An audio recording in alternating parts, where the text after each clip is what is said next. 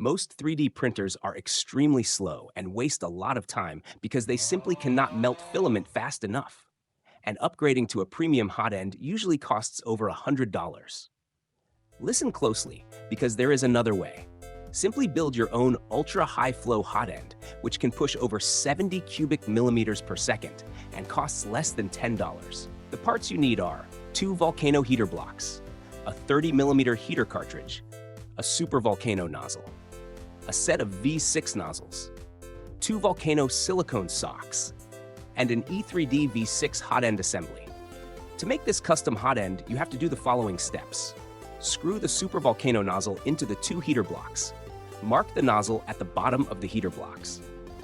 Cut it where the mark is minus the thread length of a V6 nozzle.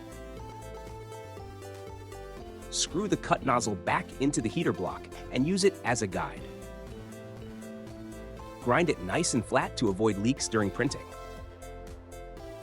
Check the fitment of the parts and grind some more if necessary.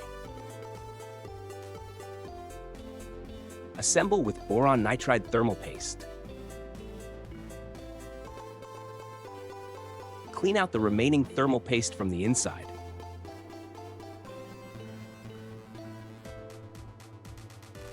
Cut the bottom of the silicone socks.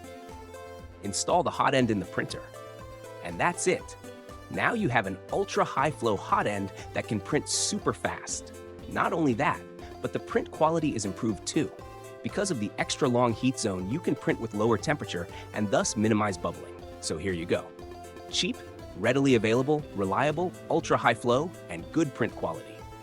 Plus, it simply looks awesome.